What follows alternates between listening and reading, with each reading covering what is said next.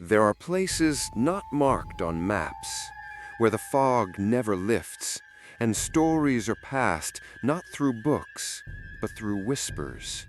Whispers carried by wind, by ash, by blood. Welcome to Folk Fear, a channel where ancient rituals, forgotten gods, and cursed customs come alive, not with screams, but with silence, not with gore, but with grief. Here, every tale is rooted in a place that might have been real, or still is. A village at the end of the road, a shrine beneath your floorboards, a candle that refuses to die. So light a flame and don't look away, for in this story, the fire never stops burning. They say when someone dies, you light a candle for them. But what happens when the candle never goes out? When its flame burns not for peace, but for punishment? This is the legend of a village buried in smoke, where every soul is bound to a candle, and every candle holds a name. A place where silence is sacred, and breath is borrowed from the dead.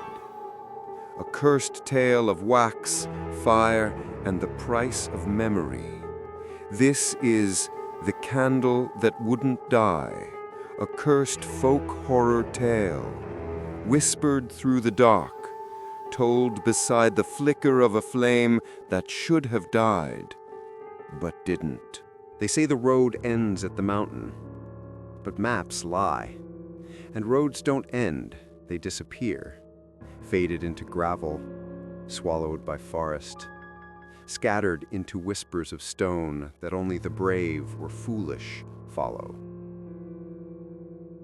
The traveler was a bit of both. He'd heard of a place the locals never spoke of unless drunk or delirious.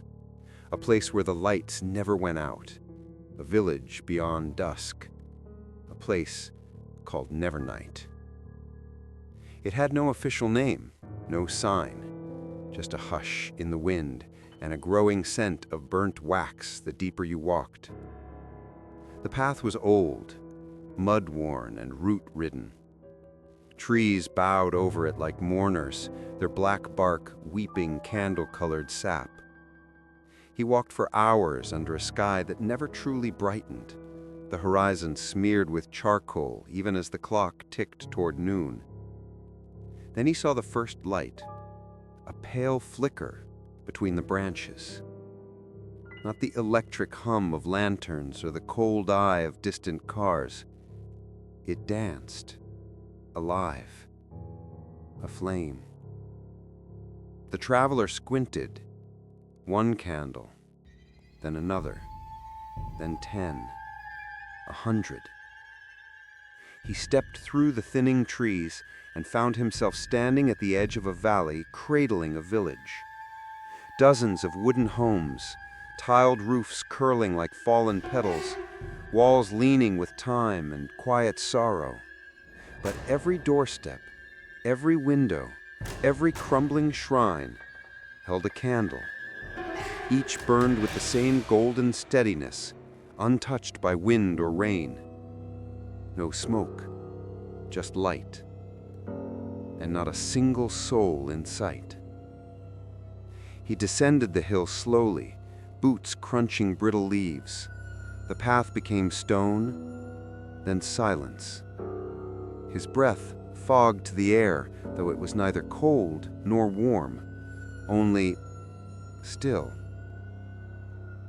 He passed a gate, its archway carved with words in an old dialect he didn't understand. But he recognized the final character, a flame. He knocked at the first door. No answer. The second, the same. The third creaked open before his hand touched it. A woman stood inside, wrinkled, wrapped in gray shawls. Her eyes clouded by age, yet fixed with purpose, met his without surprise. She didn't speak, simply nodded slowly and stepped aside. He entered. The house smelled of old oil and melting wax. Candles lined the shelves, the floor, even the wooden beams above. They cast shadows that bent like limbs in prayer. "Are you here to light one?" the woman asked. Her voice sounded as if it hadn't been used in weeks, maybe longer.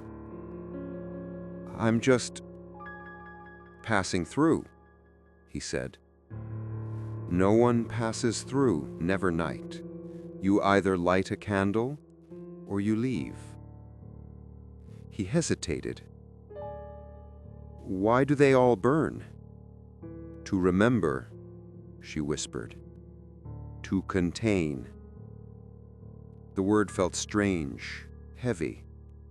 He turned toward a table near the hearth. On it stood a single candle in a clay holder. Its wax was pale, almost white blue. And on the side, etched, not written, was a name. He leaned closer. It read, Ma Li Wen. "Is that your name?" he asked. The old woman smiled, but there was no warmth in it. "She died 60 years ago. I'm just her sister." He felt a chill, though the room was filled with fire. "But if she's dead, she burns because she wasn't buried right, because she screamed when they sealed her coffin, and because her soul never left." The candle beside her flickered gently. "You keep her alive?" he asked. "No," she said. "We keep her inside." He stepped back. She watched him, expression unchanged. "You should go before the sun sets." He turned to the door. Outside, the sky hadn't changed since morning. "Hasn't it already?" he asked, frowning. The old woman closed her eyes. "Here, it always has." He left the house with 1,000 questions and no answers, but as he walked the village streets, he began to notice the details. Every candle had a name. Some names were common. Some were carved in languages older than the hills. Some were fresh, so fresh that the wax hadn't hardened around the letters yet. He passed a group of children playing silently in the dirt. Each wore a tiny candle on a chain around their necks. A boy looked up at him. His eyes were distant. The candle on his chest bore his name, and the wax was melting. "Why do you all wear these?" the traveler asked softly. The boy stared at him and said nothing. Then he whispered, "So the wind doesn't take us." The traveler looked around. The trees did not rustle. The air was still. But something deeper than wind stirred in that silence. He spent the night in a small abandoned hut, lying beside a candle that someone had already lit for him. No name, just a blank flame. He dared not blow it out. And somewhere in the distance, in the dark heart of Nevernight, a bell rang once, and then never again. Morning came, though the sky never brightened. The traveler opened his eyes to the steady flicker of the candle beside him, unchanged from the moment he'd fallen asleep. The flame hadn't moved. The wax hadn't melted. It simply existed, burning without time. He rose slowly, joints stiff with a strange ache. Outside the hut, the village remained wrapped in gray light and candle glow. No roosters crowed, no breeze stirred. The world felt paused, held beneath a dome of invisible glass. But then he heard something new. Tapping, soft and rhythmic, like fingers on glass or bones against wood. Curious, he followed the sound through narrow alleys framed by shrines and shadows. The tapping grew louder, faster, pulling him toward a crooked building slumped beside the village well. It smelled of wax and soot and silence. He knocked. No one answered. The door opened anyway. Inside it was warm, too warm. Rows upon rows of shelves bore candles in every size, shape, and hue. Some glowed weakly, others blazed like tiny suns. Each had a name carved deep into its body. None were labeled for sale. At the back of the room stood a girl. She was young, no more than 16, but her eyes held years, maybe lifetimes. Her dress was plain and gray, stained with hardened wax. Her hands were busy, carving names into soft candles with a needle-like blade. She didn't look up. The traveler stepped closer, careful not to disturb the fragile piece. "Are you the candle maker?" She didn't speak. She shook her head once and tapped her chest gently. 3 fingers. "Not me." Then she pointed behind her, to a door half hidden by drapes. He understood. "Your father?" he asked. She nodded, then shook her head again, slower this time. "Was." He lowered his voice. "He passed?" She pressed her fingers to her lips, then held them toward the ceiling, like sending a kiss upward. But her eyes darkened. His candle, he noticed, was still burning behind her, set on a stone shelf, and beneath it, in soft carved letters, was her name, Lynn. He approached it slowly, his breath catching.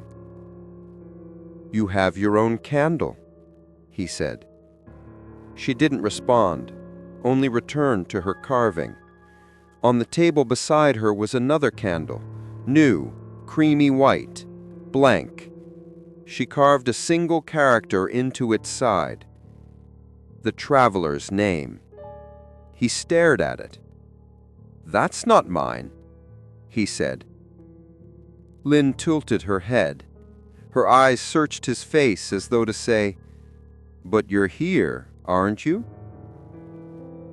The wax resisted her blade, but she carved with patient care. Every stroke cut deep, not rushed, not decorative, like engraving something that might matter for more than a lifetime. He didn't know how she'd learned his name. He hadn't spoken it to anyone. "You can speak," he said softly, "but you choose not to." Lynn paused. Her knife stopped in midair. She didn't look up. She just nodded and continued carving. In the far corner of the shop sat a box. It was made of lacquered wood, blackened by soot and age. Its lid was slightly ajar. The traveler leaned toward it and peered inside. Dozens of extinguished candles lay within, some broken, some weeping with melted sorrow. All had names burned away. Lynn turned suddenly, stepping between him and the box. She shook her head. No. She closed the lid gently, almost reverentially. "Why are these different?" he asked. She pointed to a nearby wall. There hung a single piece of parchment, yellowed and brittle. It bore one phrase in ink that had run like tears. "Do not unname the flame." He frowned. "What does it mean?" Lynn touched her own name on her candle, then mimed blowing out a flame. Her cheeks puffed, her lips parted, but stopped before her breath left her. She mimed a fall, then a shiver, then silence. Death. No, worse. She held up both hands, palms outward, shook them slowly, as if feeling a wall. Trapped. He understood. These candles don't remember the dead. They hold them." She nodded once, then pointed to his name again. "You're saying I'm already—" He couldn't finish the question. Lynn picked up the candle she'd just carved and walked to a low, wide basin filled with shallow wax. She dipped the base, sealing it, then lit it from a nearby flame. The traveler watched as his own name began to glow. He stepped back. "Don't," he whispered. Lynn turned her head slightly, almost in apology, but she didn't extinguish it. The flame flickered, and somewhere deep within the shop's shadows, he thought he heard a breath, a whisper that might have once been a name. He turned to leave, but at the door he stopped. "There's more to this," he said aloud. "More than names and candles and spirits. Why me? Why now?" She didn't answer. Instead, she stepped forward and placed something in his hand. A folded piece of paper, old and thin. He opened it slowly. Inside was a sketch, charcoal on parchment, of a house in the mountains. The windows were sealed, the door marked with ash, but every surface, every roof tile, every eave was lined with candles, and all they burned black.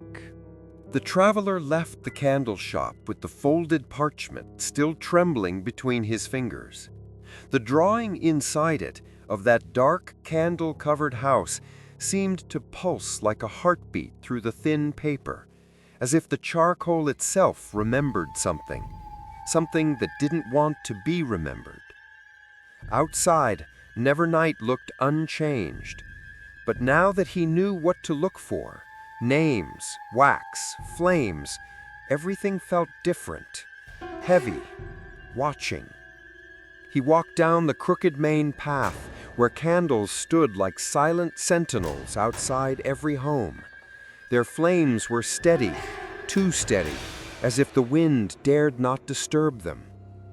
Each candle bore a name carved so deeply the letters looked like wounds. He stopped before the first one he saw clearly. Zu-an. The candle was thick, nearly as tall as his forearm. Its wax was soft at the edges but unmelting, shimmering like sweat on skin. He leaned in closer. The wax around the carved letters glowed faintly, just enough to seem alive. He touched it out of instinct. It was warm, but not warm like fire, warm like breath. He recoiled. His foot struck another candle placed at the edge of the walkway.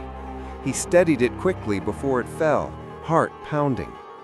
The candle was thin, fragile, trembling like a sick child. The name on this one read, May. Just May. No family name. Carved shakily, like someone's hand wouldn't stop trembling long enough to write it. What kind of village carved names of living people into flames? What kind of village made wax into prisons? He walked farther down the path, reading more and more names. Some were fresh, only hours old, the wax still pale, the grooves clean. Some were ancient, eroded by time, yet never melting. Then he reached a row of candles that chilled him more than the others. These weren't outside houses, they were outside the school. The building was small, wooden, painted white once, but now fading into the gray of everything else.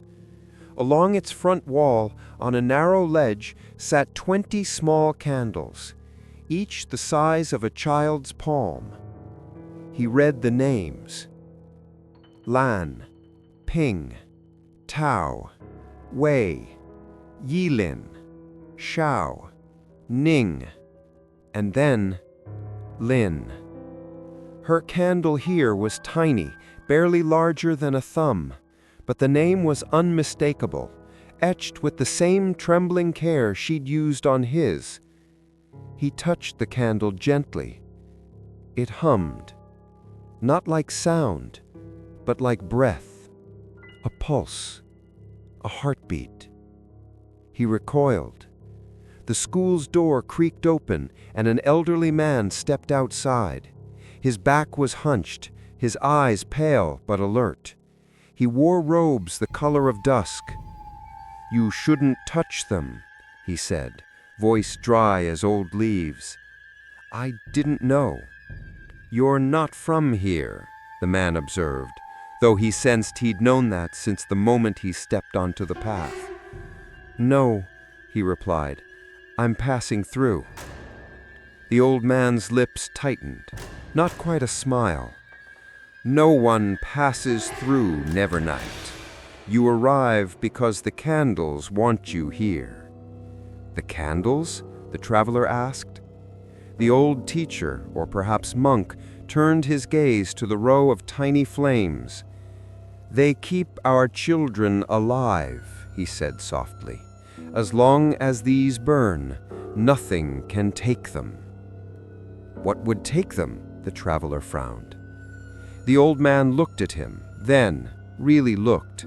His eyes were not unkind, but they were tired. Tired in a way that suggested he had seen too many candles lit and too few extinguished with peace. Nevernight was not always a cursed place. Once, long ago, we lived by ordinary light, lanterns, oil lamps, heart fires. Death came when it was meant to come.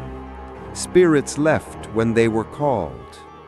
He paused, touching the first candle with a fingertip lightly, reverently. But something happened, something that tore the boundary between here and the place of souls. "What happened?" the traveler asked. The old man exhaled slowly.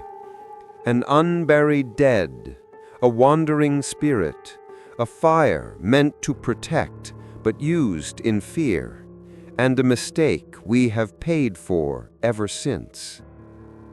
The traveler felt the words settle coldly against his spine.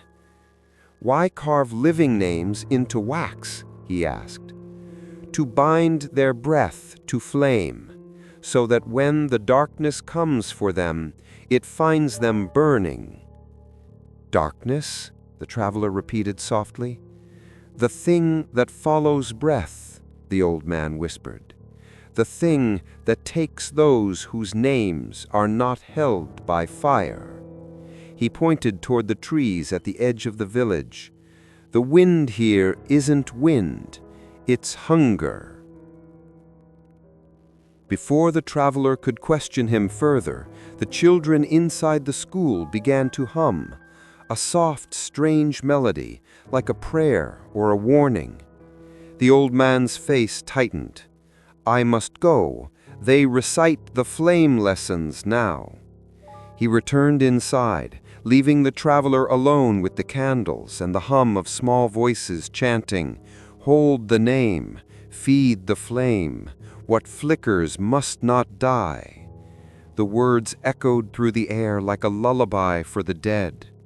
The traveler backed away, but as he turned, something caught his eye, another cluster of candles behind the school, hidden in shadow. He stepped closer and felt the temperature drop. These candles were different. No names, just blank wax. No flame. Dead. He reached for one and froze, because carved into the wood beneath them were 3 words: "For those forgotten." A breath escaped him. He stepped away quickly, his heart pounding. When he reached the main path again, he nearly collided with a woman carrying a basket of fresh candles. She stared at him, eyes wide, not with surprise, but with fear. "Don't look back there," she whispered urgently. "Don't even stand near it." "Why?" he asked. She leaned closer. because those candles are waiting for names, and they do not care whose." She hurried away, leaving the traveler trembling. He turned, scanning the village, the endless rows of flickering lights, the wax carrying names like fragile prison bars. Something was deeply wrong here, and the candles were not symbols. They were sentinels, watchers, containers. He felt the weight of Lin's carved sketch in his pocket, the candle-covered house with its black flames. He knew he had to find it. He knew he had to understand. But in Nevernight, understanding never came without a price. And somewhere deep in the village, as he stepped away from the school, a single candle flickered strangely, as if reacting to his decision, as if whispering his name, as if waiting. It began with a whisper, a wind that wasn't wind, a sigh in the trees, gentler than breath, but colder than snow. The villagers said it had not happened in years, not since the last blood moan, not since the last mistake. But that night, as the traveler lay in his borrowed hut with a candle burning silently beside him, he heard it. A hush that crept like smoke beneath doors, along floorboards, and into dreams. And with it came the dark. Not the absence of light, no, for the candles still burned, but a feeling, a shadow in the soul, a trembling in the wax. Outside, clouds churned above the mountains, bruising the sky with thick silence. No stars, no moon, only a sky that seemed to forget how to shine. Then, suddenly, one candle went out. It happened in the north quarter, just outside a hut near the edge of the forest. The flame didn't flicker, it didn't struggle. It simply vanished. Like a breath stolen, like a soul removed. And the silence that followed was worse than any scream. In the morning, the traveler woke to a knock. Not a hard one, a gentle, rhythmless tapping at the door. When he opened it, the village elder stood there, his face gray, his eyes sunken deeper than before. "It has happened," he said. The traveler didn't ask what, he already knew. They walked together to the hut near the forest edge. There, lying inside the threshold, was a man in his 60s. His face was still, peaceful, but from his eyes trickled wax, pale, thick, and unmelted. It had hardened as it ran, forming twin trails like weeping candles. His mouth was open.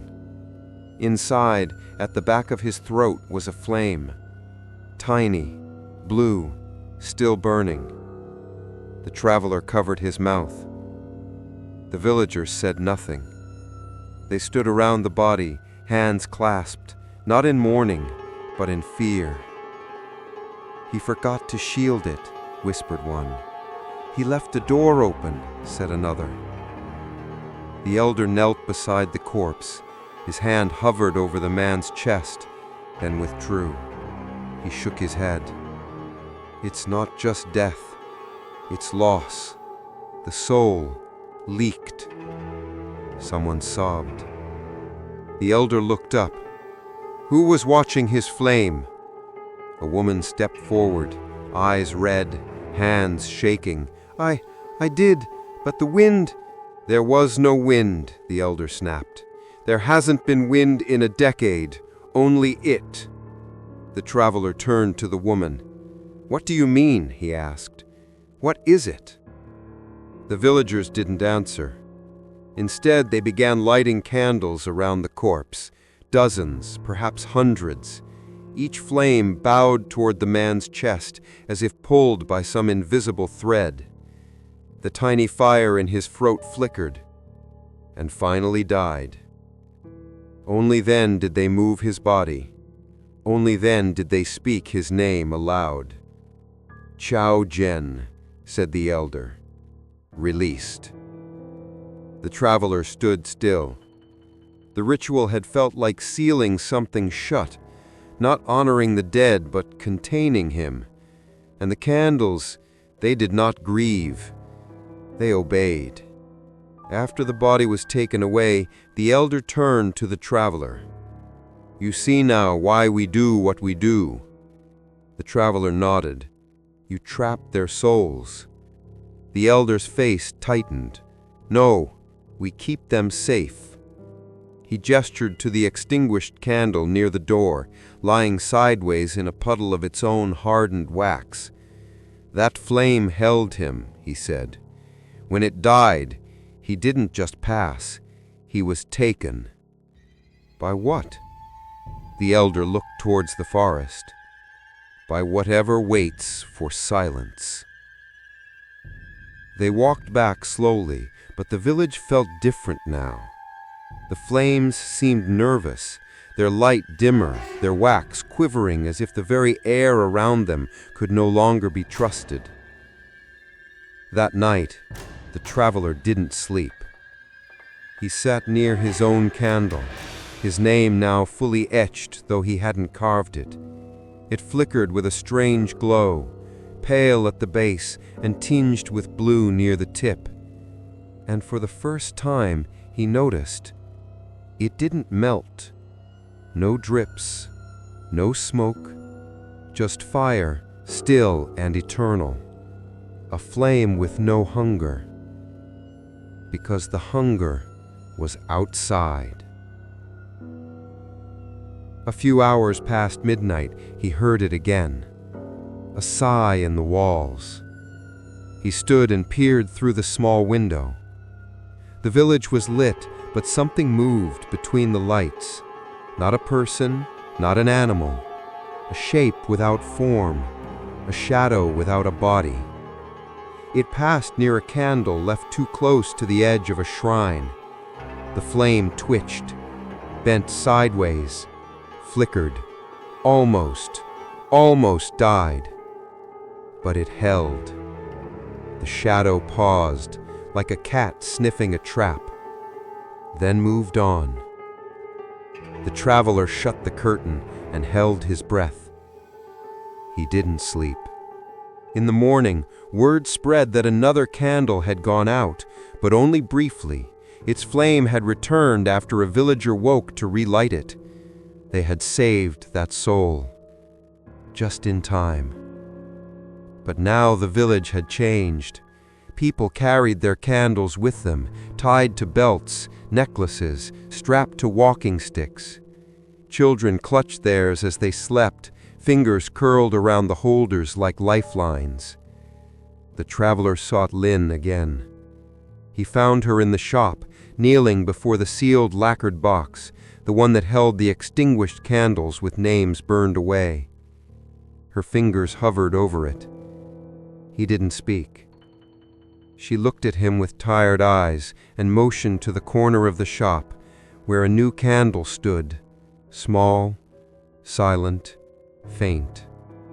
The name carved into it made him pause. Chow Jen. He stepped closer. But he's gone. She nodded and pointed to the base of the candle. There, carved into the wax, was a second word. Forgotten. His throat dried. What does it mean?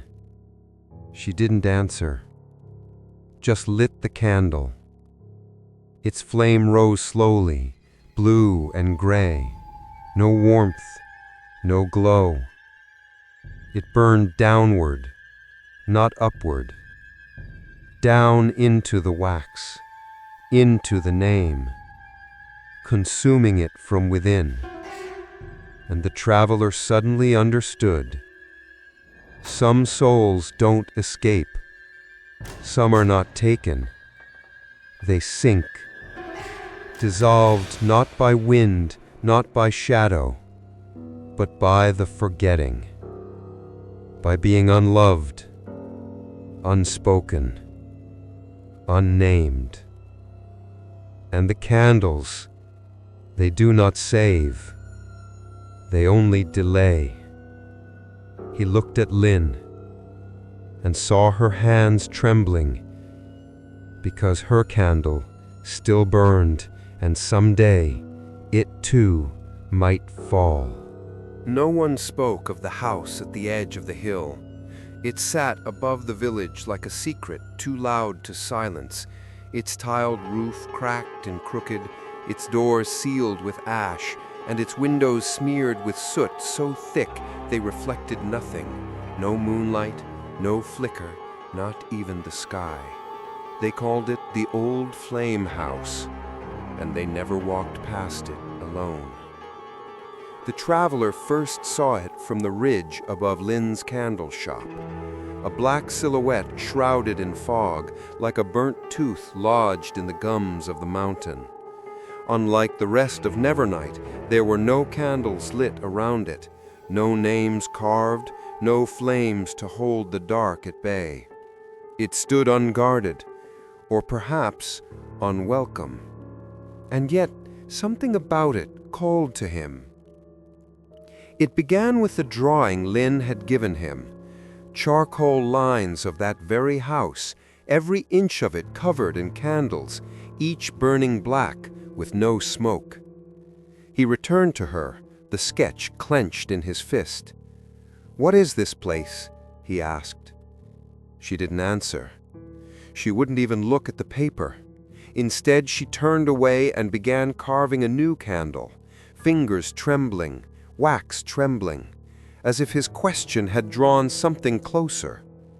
"Tell me," he urged, softer. "Why is it burning in this picture? What happened there?" She turned suddenly. Tears welled in her eyes, but they did not fall. She held up her hand and traced a line down her cheek with her finger. Ash. Then tapped her chest.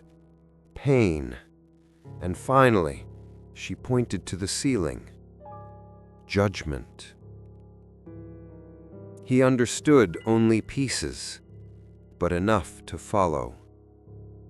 That evening, long after the last villager had locked their doors and muttered their prayers to the candles by their bedsides, the traveler took a lantern, unlit, and began to climb toward the old flame house. The path was choked with wild grass and broken stone.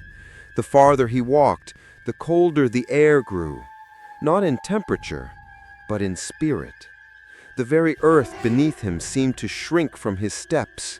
The trees bent away, and when he reached the gate, he saw that the house was not abandoned. It was sealed. Strings of black twine hung across the threshold, tied with paper talismans browned by time. The talismans bore ancient scripts, faded ink, and thumbprints of dried blood. The symbols all said the same thing: keep it in. He stepped through them anyway.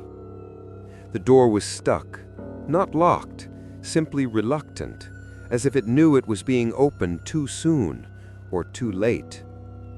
Inside, the air was thick with old wax, smoke, and something sour like rotted incense or forgotten prayers. The walls were lined with wooden holders, each once meant to bear candles, but they were all empty now.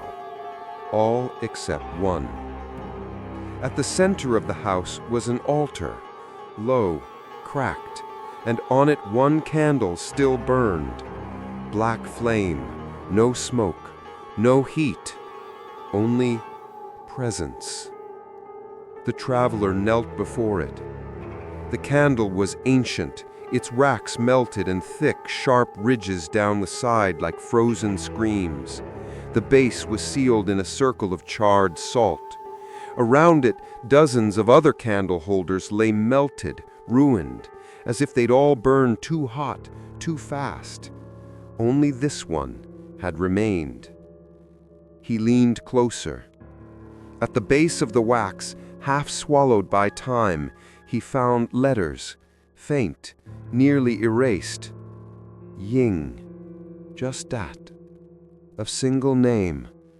A girl's name. He reached for it, drawn by something deeper than curiosity. But the moment his fingers neared the wax, something moved. Not in the house, in him. A memory that wasn't his. A scream, faint and childlike, echoing up through his lungs. A feeling of being buried, not in dirt, but in light, in heat, in wax. He staggered back, and the room changed. Just slightly, but enough. The altar looked newer now, the floor swept, the windows whole. He blinked, and through the candlelight he saw them, a crowd of villagers, standing, watching, and a girl, no older than Lynn, kneeling at the altar, her face streaked with tears, her hands tied. A monk stood before her, robes ash-colored, voice chanting in a language older than bone. The girl didn't beg, she didn't cry out. She simply whispered, "I don't want to burn." And then the candles were lit. Not one, not a dozen, hundreds. They lit her name into the wax again and again as her voice was sealed inside it. The traveler gasped, and the vision vanished. He was alone again. The altar sat silent. The black flame danced, small and sure. He now understood. This was where it began, where the first name was not remembered, but trapped, where a girl was bound by fire to silence a haunting. But the haunting had never left. They had only built a village around it. He backed away slowly. The flame did not flicker. It watched. At the doorway he paused. The sealed talisman still hung limp, but now, faintly, behind him, he heard breathing. Not his own. Soft, close, like lungs that had long forgotten the rhythm of the living. He turned, heart pounding. No one. Only the black flame. Still burning, still watching, still waiting.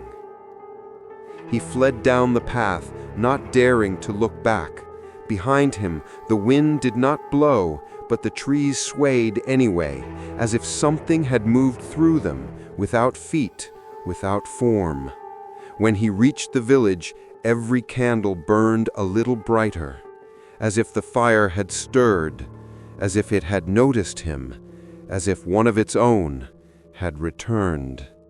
The traveler couldn't sleep, not after the altar, not after the black flame that did not waver, not after the name Ying whispered itself into his bones like a long-buried ember. He wandered the village that night in silence.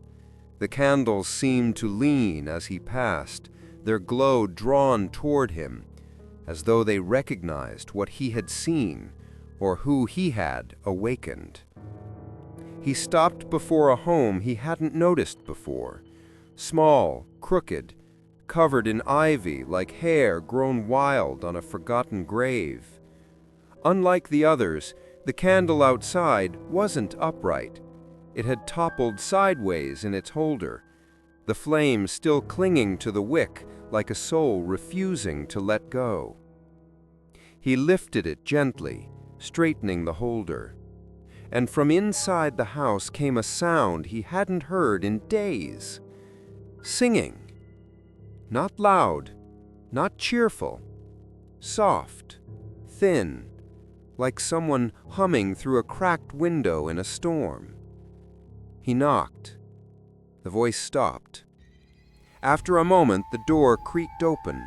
A woman stood there, bent, barefoot, wrapped in layered shawls that hung off her like peeling bark. Her eyes were yellowed, rimmed in red, but sharp. She stared at the traveler like she had been expecting him. "You saw her," the widow said. He blinked. "Who?" The one they burned in wax, she whispered. The first flame. He hesitated. Yes, he said. The woman stepped aside. Then you may enter, but keep your candle with you and never let the song stop. The house inside was warm, choked with incense and smoke. Candles covered every surface, tall, short, cracked, colored, and every one of them flickered in rhythm with the same faint melody the woman resumed humming under her breath. "What is this song?" he asked. She didn't answer directly. Instead, she lit a thin stick of incense and placed it before a cracked portrait. An old photograph faded nearly to nothing. In the picture, a young woman holding a candle. Beside her, a man, face half burned away by time or by flame. "That was my husband," the widow said. She touched the photograph gently. "He forgot to sing one night, just once." "What happened?" the traveler asked. She looked down at the candle near her feet. It burned low and blue. "The flame went out, and I found him standing in the garden, wax dripping from his ears, humming with no mouth. His soul was leaking, pulled thin. I brought him back, just barely." Her hand trembled. "I relit the flame," she whispered. "I sang the old songs, the ones the monks used to chant when they believed fire cleansed and not condemned." She motioned to the shelves. "Each candle is a hymn now, a verse to keep what's left of him inside. He's not quite gone, but he's not whole either." The traveler sat down slowly, heart thick. "Why do you sing?" he asked. "Because it remembers, because silence is what kills." She began to hum again, and all the candles in the room seemed to exhale, a slow, relieved flicker, like children soothed by a lullaby. "They say the first girl, Ying, begged not to burn, but the monk who bound her believed the silence would hold her better than prayer." "And it didn't?" "Nothing holds forever," the widow said. "Not wax, not fire, not forgetting." She handed him a candle. It was black at the wick, though unburned. "No name on this one?" he asked. She nodded. "Some flames are for what hasn't happened yet." He held it in both hands, feeling its strange cold. "You know who I am," he said quietly. "You're the one who didn't belong, and the one the flame chose anyway." Her voice lowered. "Every generation, the fire brings someone in from the outside, someone who sees the black altar, someone who speaks the names the villagers have buried under silence." The traveler clenched the candle tighter. "Why me?" She looked at him for a long time. "Because the curse wants to be witnessed, and the fire is tired of being fed without question." A gust of wind brushed the door, though no wind ever entered Nevernight. The candles danced, some in fear, some in recognition. Then something strange happened. One flame, near the window, flickered and whistled. A high, breathy sound, not a scream, not a warning, but something older, like a word that had forgotten how to be spoken. The widow rose instantly. She ran to the window, pulled down a thick curtain, and muttered something in a broken dialect. Then she picked up a bowl of salt and poured it in a perfect ring around the threshold. "Is it coming?" the traveler asked. The widow didn't turn around. "It never left," she said. "It just waits until the songs grow thin." She returned to her chair, breathless. "I can only sing so long," she said. "Soon my voice will fail, and when it does, he will too." She motioned toward a single candle on a high shelf. It flickered more violently than the others. "My husband," she said. "His soul is stitched to flame, but threads fray, and if no one sings for him after me, he'll turn." "Turn?" Her hand shook. "Into a walker, a hollow one, the ones that burn without light." The traveler thought of Kwa Zhen, the villager who died with wax in his eyes and a flame in his throat. "I don't want that," he said. "Then don't forget," she whispered. "Don't ever let silence win."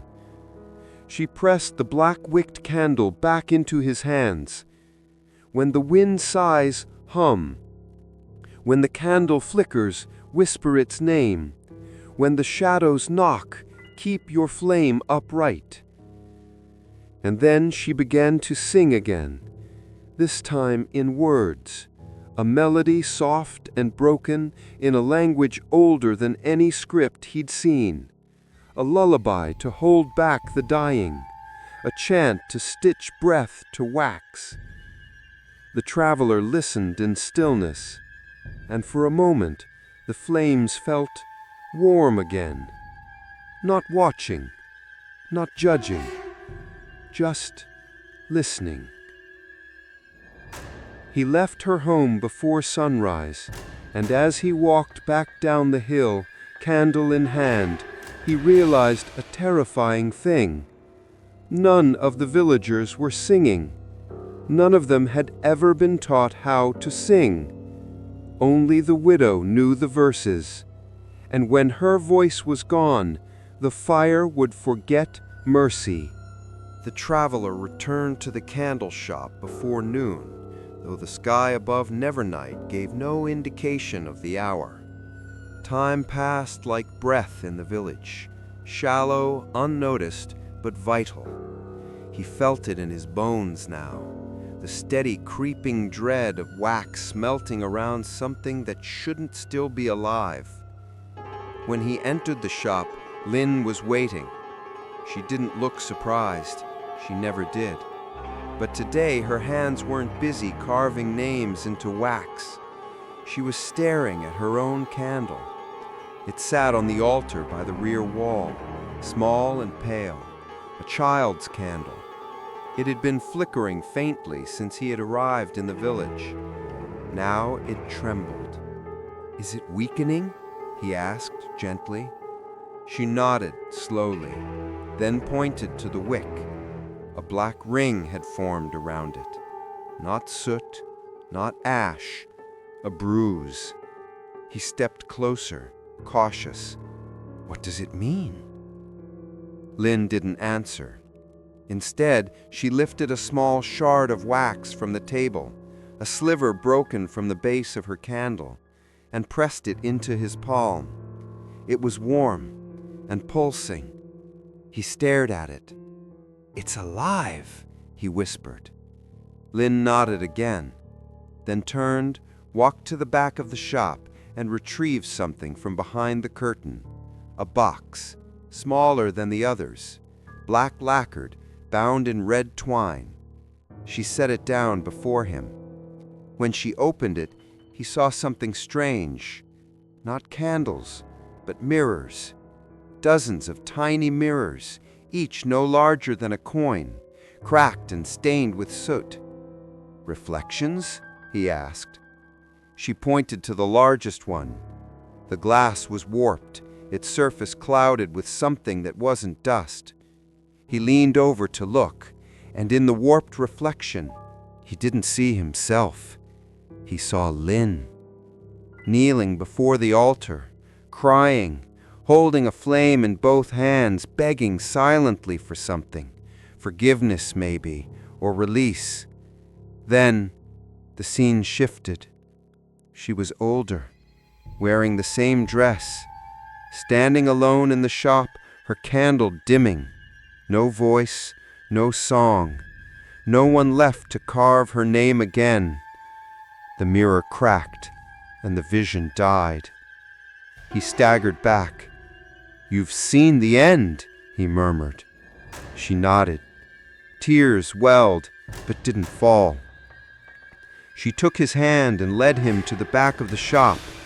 There, hidden behind a thick curtain of red silk, was a smaller room, a private chamber of sorts.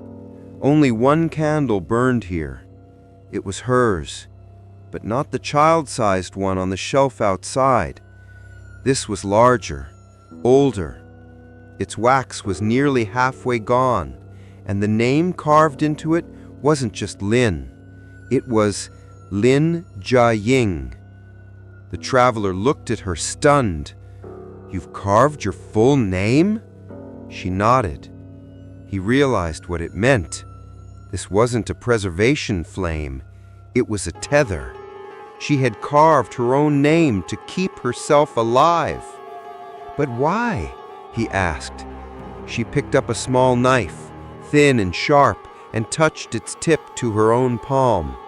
No blood, only wax. He stared. "You're not alive," he whispered. Lin stepped closer to the candle and placed her hand over it. The flame flared gently.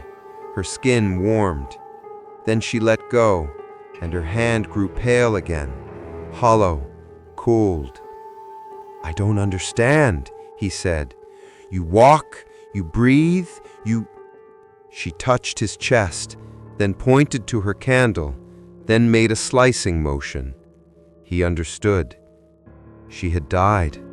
Not long ago, but before her breath left, she had carved her own name, lit her own flame, bound her soul to wax. She wasn't walking because she lived. She was walking because she burned. "You've been burning ever since?" he asked. She nodded, eyes shining. He turned away, sick with realization. "How long before it runs out?" She didn't answer, but she walked to the altar and pointed to the wax below her candle. There were only 3 inches left, and the black ring on the wick was growing. He turned to her, desperate. "Can we make another?" She shook her head, then pointed to the knife, to the rule. You can't name the same soul twice. "Then what happens?" he whispered. Lin looked at him, not with fear, but sorrow, and she mimed a mouth opening wide, but no sound coming out. Then she mimed walking, then burning. He understood. When her flame died, she wouldn't vanish. She'd become one of them, a silent walker, not forgotten, not at peace, just unlit. He stood in silence, then looked back to her. "I'll help you," he said. "There has to be a way. There has to be a way to pass on, to finish the burning." She smiled faintly, then walked to the far corner of the room and pulled away a cloth covering a small wooden chest. Inside was a book, bound in stitched leather, not paper, waxed pages. She opened it. The words were carved, not written. Dozens of names, dates, some scratched out, some burned through. One page showed a diagram of a ritual, a second candle, not for tethering, but for unbinding. A flame that did not preserve life, but released it. Freedom through fire, redemption through consumption, but at a cost. Below the image, a phrase was carved in rough strokes. One must burn, so one may rest. He looked up at her. "You need someone else to hold the fire while you go," he said. Lin nodded, then looked at him. The meaning was clear. She had no one else. He stared at the page again, then at her, and then at the blackening wick. The flame danced slowly, as if listening, as if waiting. The invitation came without warning. A folded slip of waxed paper slipped under the traveler's door as dusk fell. No words, just a symbol pressed into the fold, a candle with a drop of blood falling into its flame. He brought it to Lynn, who saw the mark and immediately turned away, refusing to meet his eyes. She trembled as she lit a new stick of incense and placed it at the altar beneath her flickering candle. She didn't need to speak. He already understood. The silent fire ritual was upon them. That night, no one walked the streets. No singing drifted from the widow's home. No children murmured rhymes in doorways. The entire village knelt behind windows, holding their candles close as if to warm their lungs from within. Only those chosen walked the path to the old clearing behind the shrine, 7 in total. 6 villagers, all in gray robes, and the traveler, carrying no robe, no wax, only a question that had taken root inside him like a seed fed by smoke. What must be given to escape the fire? The clearing was ringed in ash, not soil, not stone, ash, packed and smooth, like the remains of prayers too old to breathe. In the center, a wide bowl made of black stone. Inside it, wax, not new wax, not melted, but ancient, hardened and dark. The surface rippled like it remembered flames. Beside it stood the elder, robes heavier tonight, candles stitched to his sleeves. His face, lit from below, made his eyes seem hollow. He raised a hand. The 6 villagers fell silent, though no one had spoken. He motioned for them to kneel. The traveler remained standing. "You were summoned," the elder said quietly. "Do you know why?" "No," the traveler replied. But he did. "You've seen the altar," the elder said. "You've touched the name that cannot sleep." The traveler nodded once. "You've walked the path of flame. You've carried wax with your soul carved into it. You now bear witness." "To what?" he asked. The elder stepped aside. Behind him, another villager approached. She was old, perhaps the widow, but her face was veiled. She carried a shallow tray. On it, 7 thin knives, tips blackened with soot. "Tonight," the elder said, "we feed the fire, not with flesh, but with memory." He lifted the first knife, held it over his palm, and whispered a name. Then he cut. Blood beaded, then dripped into the black wax. The moment it touched, the wax pulsed. A flame erupted from the center of the bowl, silent, tall, blue. No sound, no heat, but every villager shuddered. The elder passed the knife to the next. Each whispered a name. Each drop of blood fed the flame, and with each cut, a candle lit on the elder's robe. By the time the blade reached the traveler, 6 flames flickered in the bowl, 6 candles glowed on cloth, and the wind, if it could still be called that, began to circle the clearing, tugging at hair and hem with invisible, hungry fingers. He stared at the knife, then at the flame, then at his hands. "I don't have a name to give," he said. "Yes, you do," the elder said softly. He looked down. He realized the flame wanted his name, not spoken, not remembered, but surrendered. He took the knife and turned it, placing the edge not to his palm, but to the inside of his arm near the bone. And as he carved, slowly, he whispered not the name he had used in life, but the name that came to him in the dream by the altar. Jasen. Not a name from this place, not a name from memory, but a name carried in the wax. When the blood touched the bowl, the flame changed. It flared, tall, white-hot, then deep red, then collapsed inward, shrinking to a single ember hovering above the black surface. The wind stopped. The air fell still. And then from the trees beyond the clearing, a sound emerged, not a growl, not a word, a breath, one long, slow, hungry inhalation. The villager stood, shaking. The elder whispered, "It is satisfied, for now." Then he reached into his sleeve and withdrew a small candle. He handed it to the traveler. The name etched into it was not his own. It was Lin's. "What is this?" the traveler asked. "A mercy," the elder said. "You were seen. You gave. Now you may carry." He stared at the candle. It was faint, the wick slightly cracked. If he didn't light it soon, it might never light again. He turned to go, but as he passed the edge of the clearing, one of the villagers fell to her knees. Her candle had gone out. She reached for it, desperate.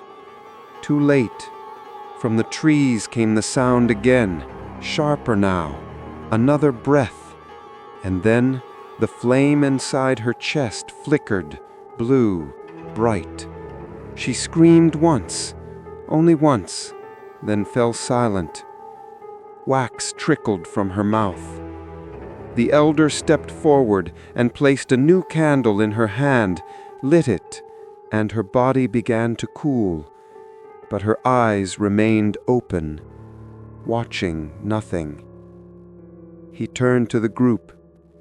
"The fire must always be fed, but not always with ash." And just like that, the ritual ended.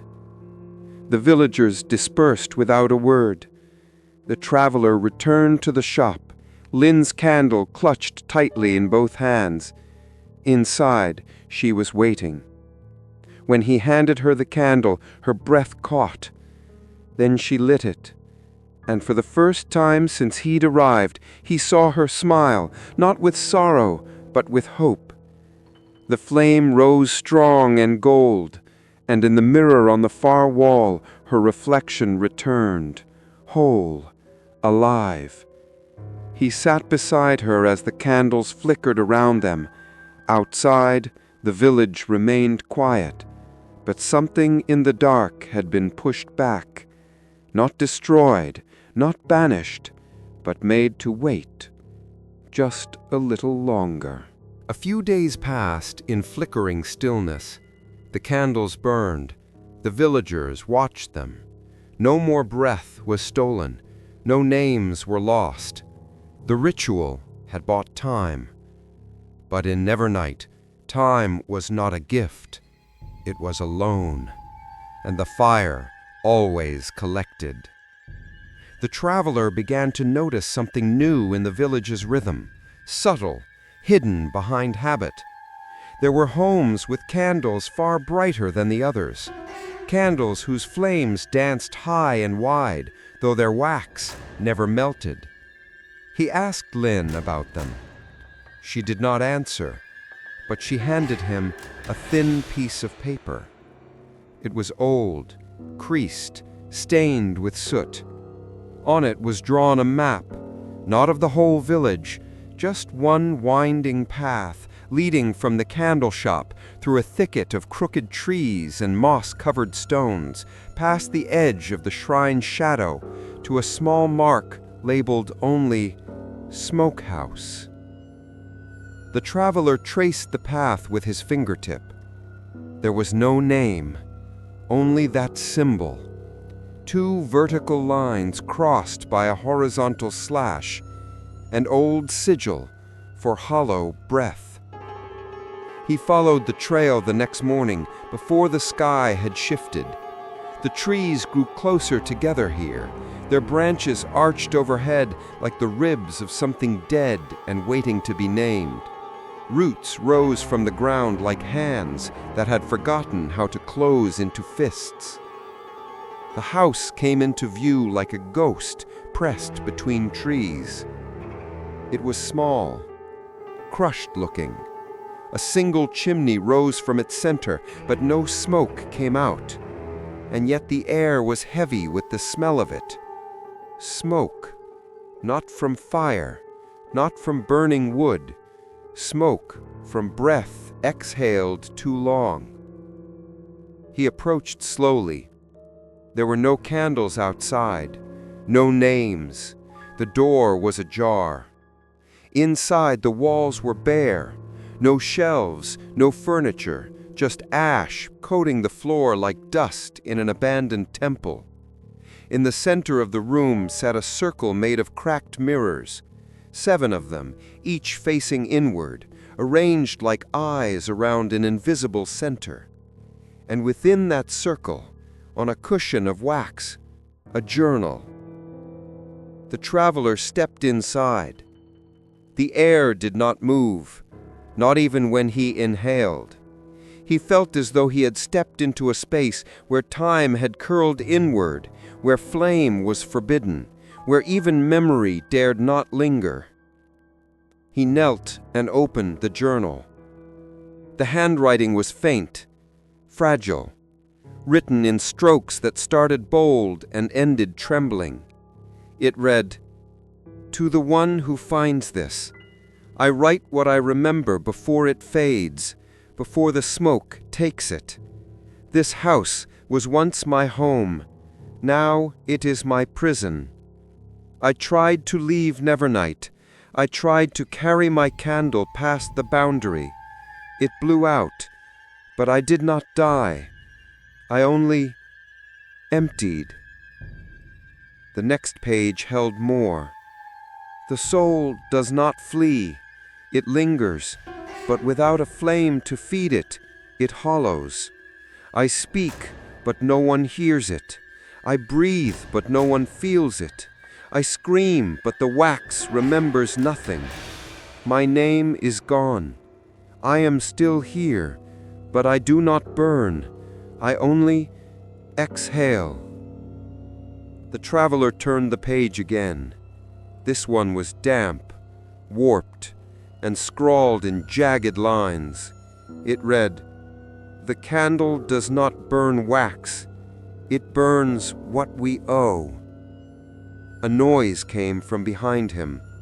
Not a footstep, a dragging. He turned sharply. Nothing. But the mirrors were fogged. One by one, they began to cloud, not from his breath, but from something else, from within. He backed away.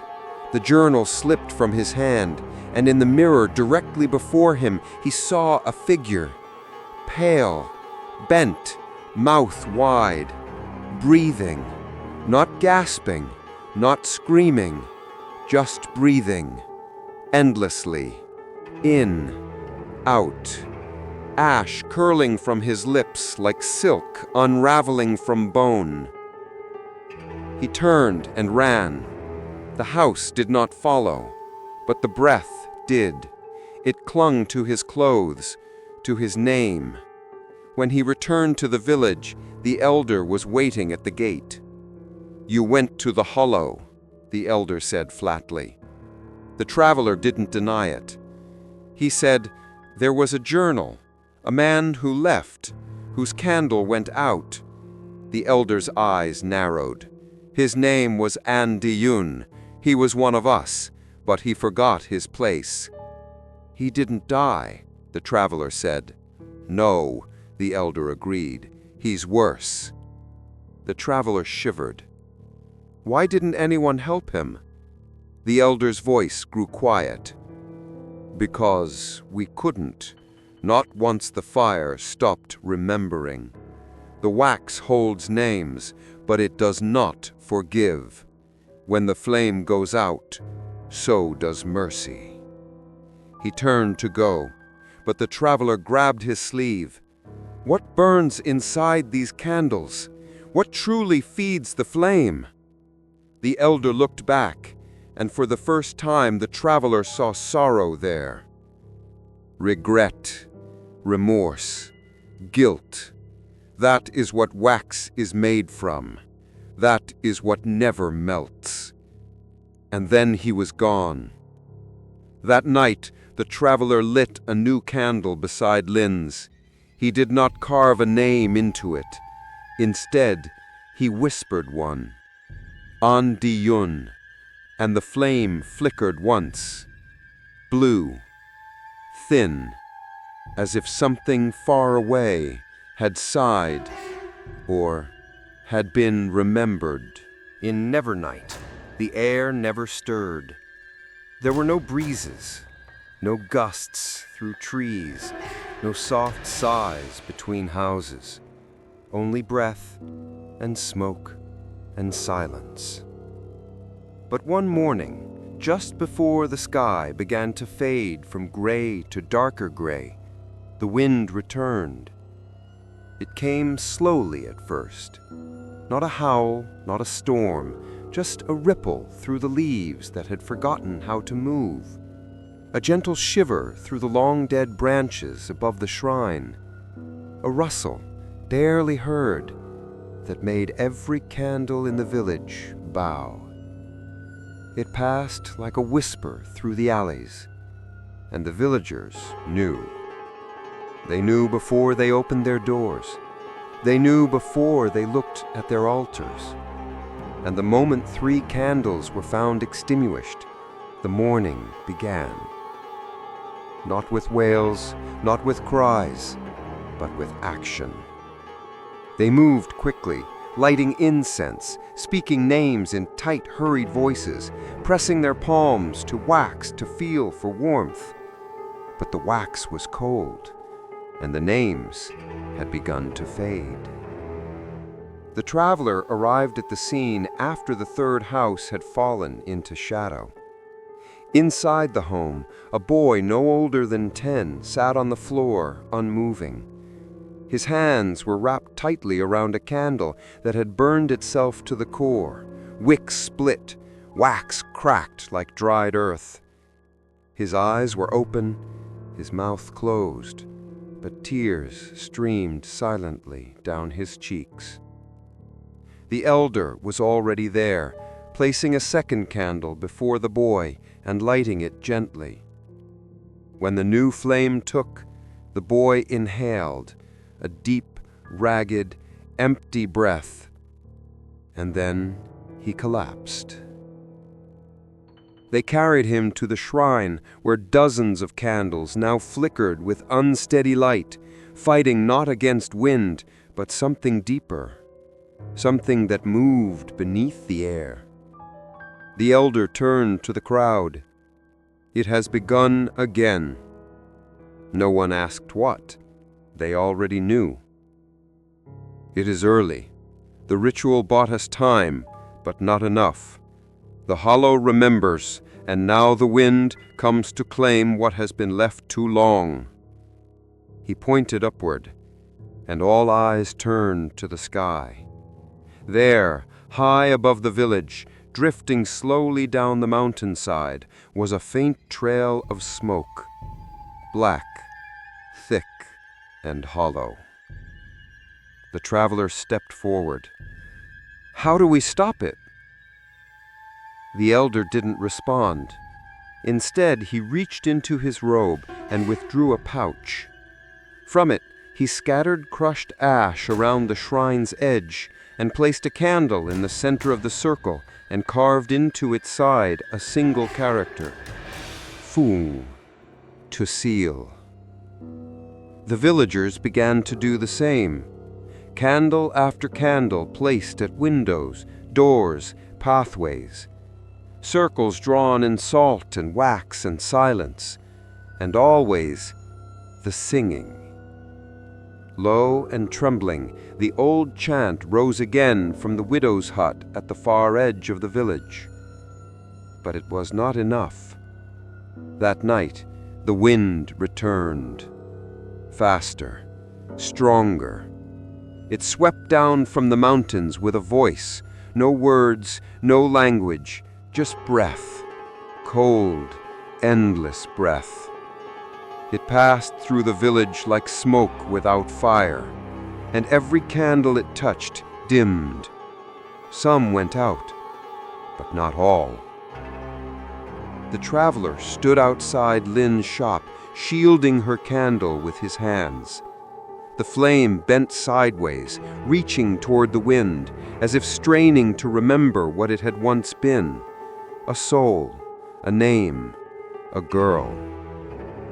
Lin stood beside him, clutching her mirror, and in its reflection they saw it, a figure, tall and thin, made of swirling ash and hollow light, drifting just beyond the edge of the village. Its face was not a face, just an absence, a space where breath had once been, but no longer belonged to lungs.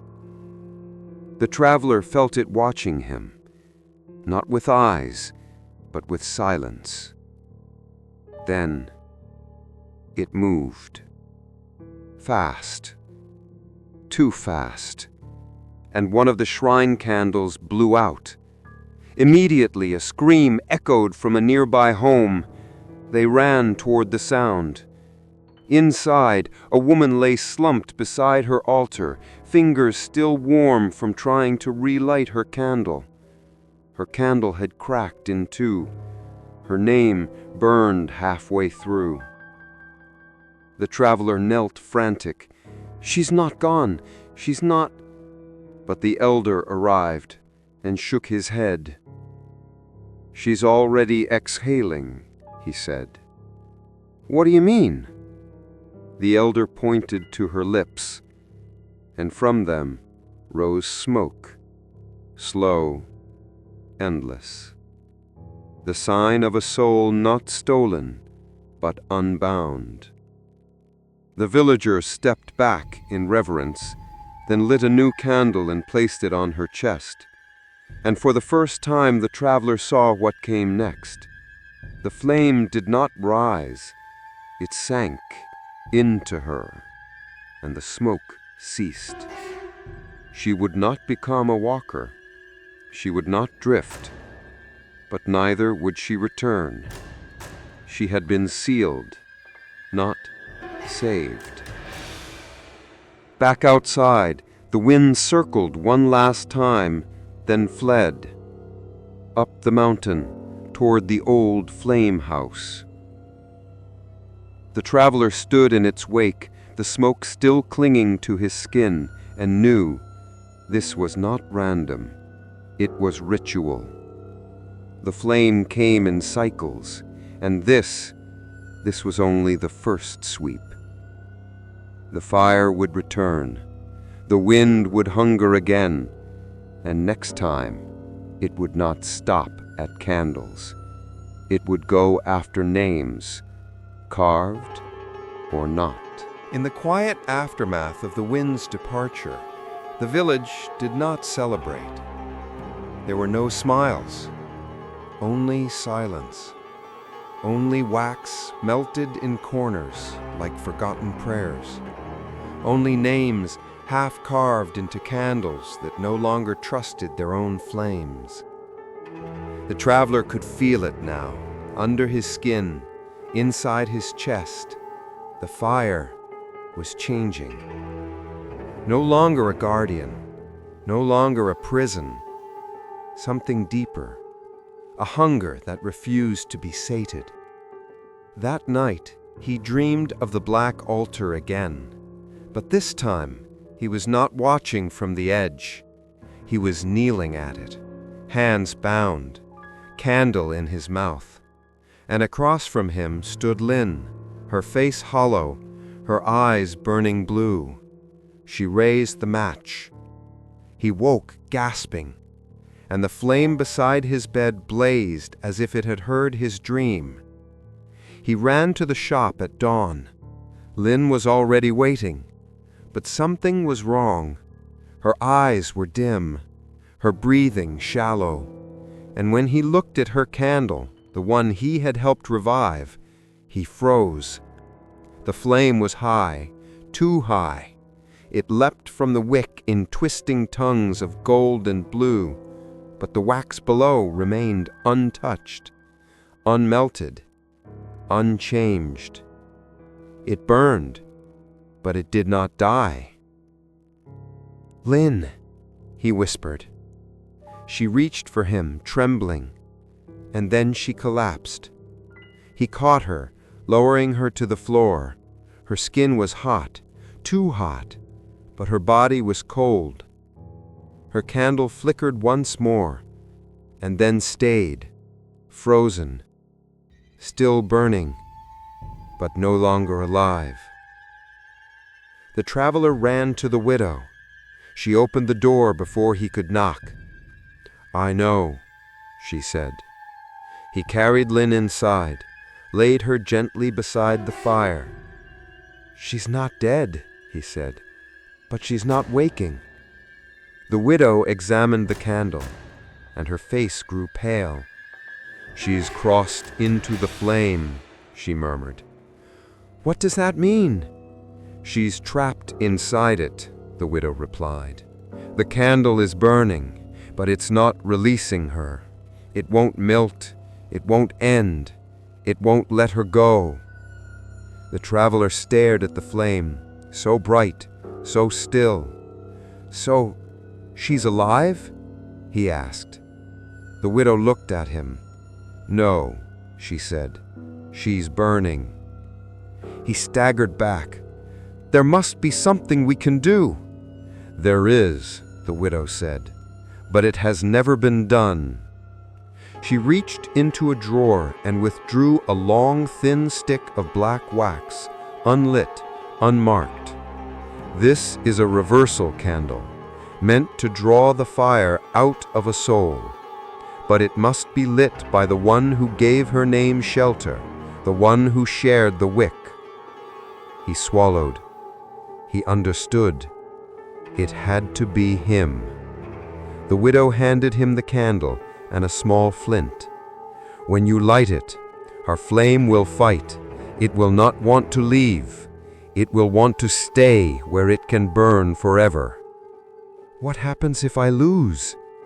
The widow did not answer. She only lit a ring of salt around the room and stepped back. The traveler knelt beside Lynn. Her breath was shallow now, so shallow he wasn't sure if it was breath at all or just memory.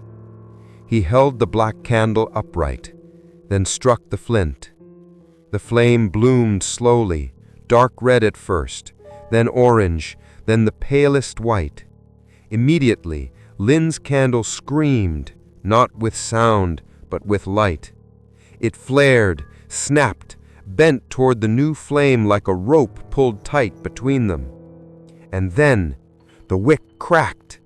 Smoke spilled from the base, and Lynn arched, eyes wide, mouth silent.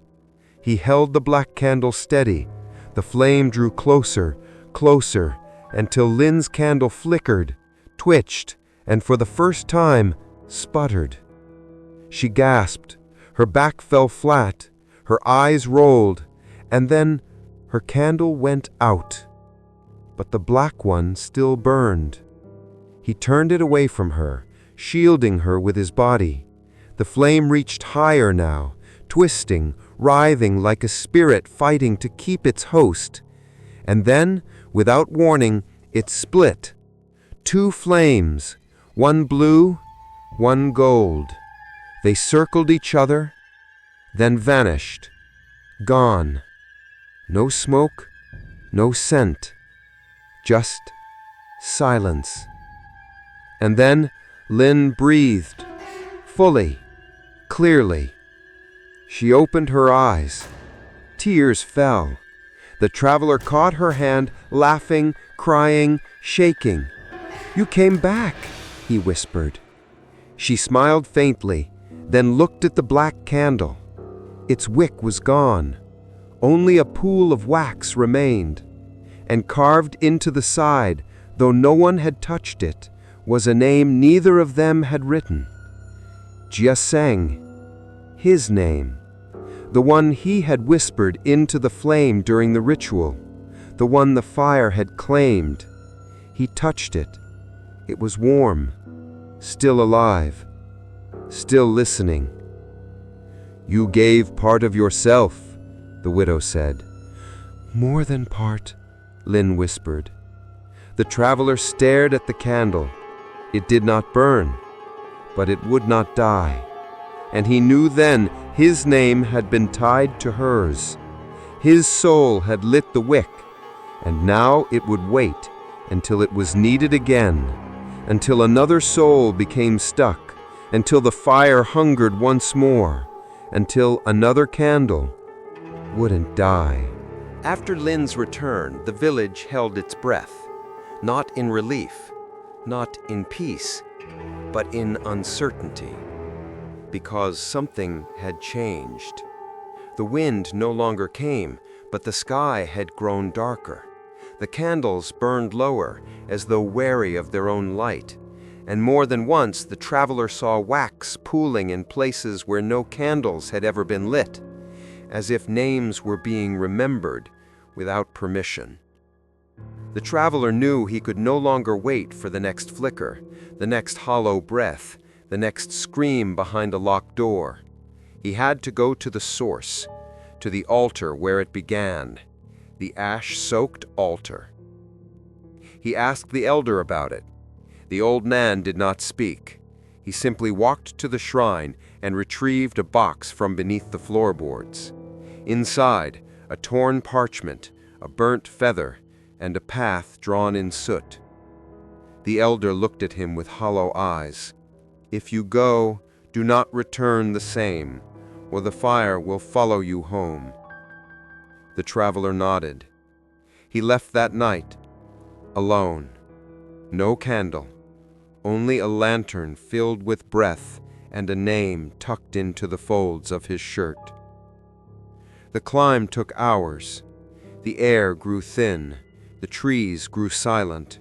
The fog thickened until even the light from the village vanished behind him. He followed the path marked in soot until the ground beneath his feet turned to ash. Not like dust, not like dirt, but deep, compacted, sacred ash, as if thousands of fires had once knelt there and prayed. And at the top of the hill, beneath the weight of the sky, he saw it. A flat stone slab, cracked in 3 places, blackened from flame, not just around the edges, but through the heart. The ash-soaked altar. Nothing grew near it. No candles marked its edge. But he could feel the names still there, whispering beneath the stone. He stepped forward. The ash shifted, and in it he saw handprints, faint, small, pressed into the earth in surrender. He knelt before the altar. It wasn't grand, it wasn't ornate. It was a wound that never healed, and carved into its center, so faint he almost missed it, was a single line. To light is to bind. To burn is to release. To consume is to carry. He reached into his shirt and pulled out the sealed black candle, the one that bore his name. He placed it on the stone, and the ground trembled. Not violently, not threateningly, but with memory. The ash around the altar began to swirl, pulled inward by a breath that was not his own. The wind circled slowly, then lifted the soot into the air like rising prayers. Then he heard it. Voices, dozens, hundreds, whispering not to him, but to the flame, calling, begging, remembering. He stared at the candle. It remained unlit, but warm. He reached for the flint, paused, then whispered, "If you come, come gently," and lit it. The flame rose without sound, without smoke, pure white, and then blue. The wind stopped, the air fell still, and from beneath the altar something emerged. A scent, not of death, not of fire, but of old wax, of breath held too long, of longing. Then came the light, not from the candle, but from the cracks in the stone. 3 slits of golden light, pulsing like veins beneath skin. The altar was bleeding fire, not wild, not angry, just full. And as the traveler watched, the light pulled itself upward, forming not a figure, not a shape, but a shadow with edges. It drifted toward the candle and bowed. A soul, unbound, waiting for its name. He whispered, Ying, the name the village had tried to forget, the name carved in the first cursed flame, the name sealed in the old flame house. The light flickered, the shadow trembled, and then it dissolved. Not in pain, not in fear, but in release. The cracks in the altar dimmed, the wind stilled, the ash settled, and the candle, still lit, began to melt. The wax dripped slowly, forming a pool in the shape of a tear. His name was still there, but softer now, less sharp. The burden had been shared, not taken, not stolen, but shared. He sat in silence, then took the melted wax in his hands and pressed it to the altar's stone. Let this name be carried, not burned. And the flame flickered once, then steadied. He walked back at dawn. The sky above Nevernight had lightened, not to blue, but to the color of old parchment, faded with time. The villagers waited at the gate. Lynn stood at the front. She looked at the traveler, at the candle in his hands, then at his eyes, and she smiled. For the first time the village exhaled, not in fear, but in peace. The altar had answered, and the fire had listened. The village no longer whispered. It listened. The ash-laden sky held still. The wind did not return. The shadows behind the trees remained where they belonged, beneath roots, behind shrines, within memory. And for the first time in living memory, a candle melted, not extinguished, not cracked, not sealed, just gently, naturally, beautifully, melted. It was the black candle the traveler had carried to the ash-soaked altar, the one that bore his name, Jia Sheng, etched not by hand, but by the fire's own memory. Now it was a pool of gold warm wax in a shallow clay bowl. He kept it beside Lynn's bed. She had begun to sleep again, deeply, without trembling. Each morning he checked her pulse and found it stronger. Her cheeks no longer pale, her breath no longer shallow. Her flame had quieted, but so had he. He woke one night gasping, not from fear, from emptiness. He lit the lantern in the corner, though there was no dark left to chase. And for the first time, he realized he had given too much. Names were not carved into wax without cost. To bind Lynn's soul and then free it, to offer the flame a release, he had opened his own name like a door, a gate the fire could enter, and it had taken more than his breath. It had taken a piece of him that would not grow back. The widow came to visit. She watched as he struggled to sit. "You're fading," she said softly. He nodded. "You gave your breath to the flame. It was always a trade." He looked at his hands. The fingertips had grown pale. His reflection in the mirror beside the bed shimmered faintly, like a memory of himself instead of a presence. "How long do I have?" he asked. She didn't answer. Instead, she placed a small candle at his bedside, unlit, unnamed. "For you, to light or not." He shook his head. "If I light it, I stay." She nodded. "But the fire will return, and I'll burn longer, harder. I'll belong to it." "Yes," she whispered, "but you'll remember." He looked at the candle. The wick was twisted tightly, ready. Then at Lynn, still sleeping peacefully, her candle faint but healthy. "I don't want to belong to the flame," he said.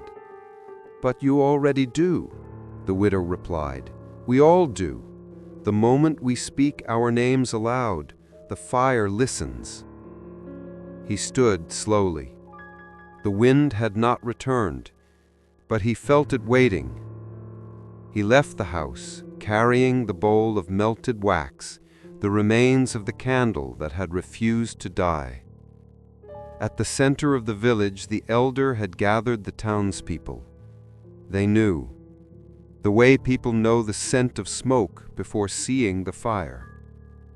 The traveler stepped into the circle of candles, held the bowl aloft, and spoke, not with power, but with gentleness. "With this breath, I give back what I borrowed." He raised the bowl and poured the wax into the center flame, the one that had always burned at the village's heart. It hissed, not in pain, in recognition. The fire flared, then softened, then settled, like a child curling into sleep, and for a moment no one moved. Then Lynn stepped from the crowd. She walked straight to him, her eyes full, and in her hand was his candle, unlit, still blank. She offered it to him. "I won't let you fade," she whispered.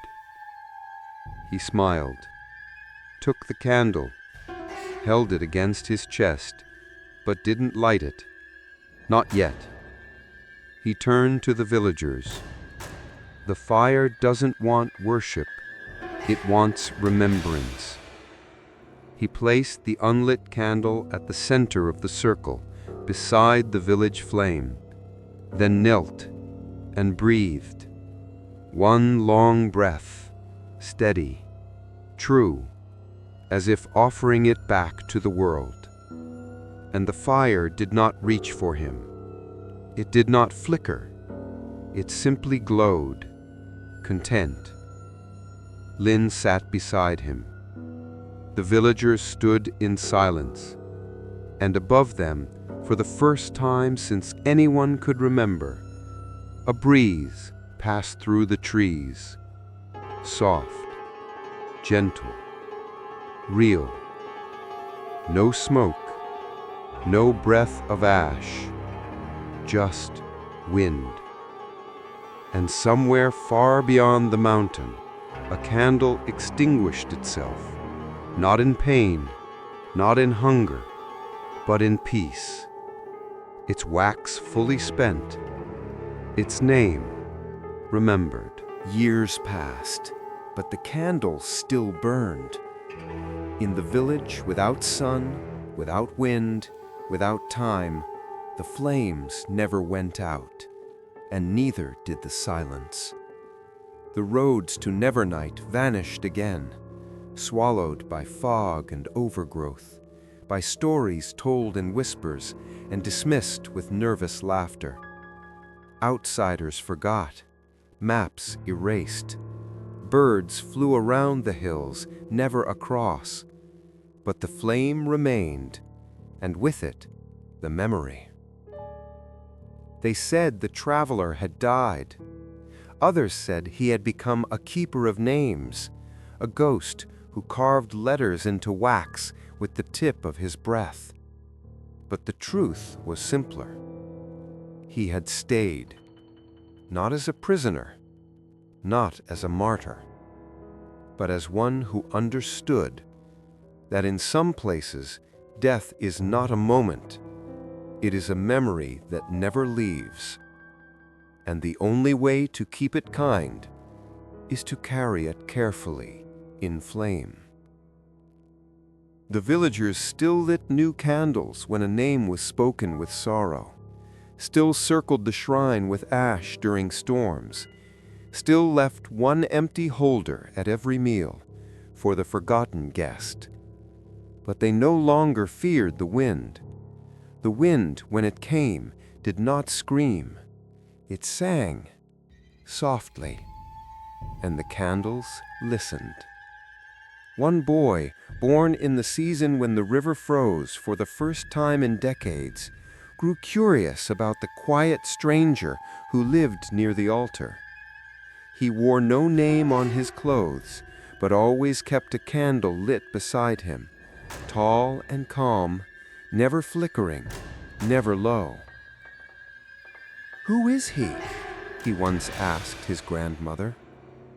She smiled gently. "He's the one who gave his breath so others could keep theirs." The boy nodded, not understanding. But the next day, he followed the narrow path behind the shrine. He passed the tree bent in the shape of a question, crossed the moss-covered stones, and reached the hut made of ash wood and wax. Inside it was warm, still, bright. The stranger sat before a basin of melted candles, some new, some old, all burning without sound. The boy didn't speak. He knelt. The stranger looked at him, eyes kind but far, and offered him a small, uncarved candle. The boy held it gently, unsure. "What name do I put?" he asked. The stranger whispered, "Not yet." The boy smiled and left. When he returned to the village, the sky above Nevernight had begun to lighten. Not blue, not gold, just less gray. And that night a dream came to the boy. He stood at the center of the shrine. Dozens of candles surrounded him, each with a name he had not yet heard. A soft wind passed through, carrying not breath, but laughter. And far in the distance, a bell rang once, then stopped. The next morning, the boy carved his first name into wax. Not his own, but someone else's. A name he didn't recognize, but had felt in the dream. He lit it, and the flame rose. Not high, not low, just steady. And from the forest's edge, a thin line of smoke rose, curled, disappeared. And the village exhaled, not in fear, but in peace. Because in Nevernight, there were still names left to speak, still candles left to burn, and always, always one flame that would not die.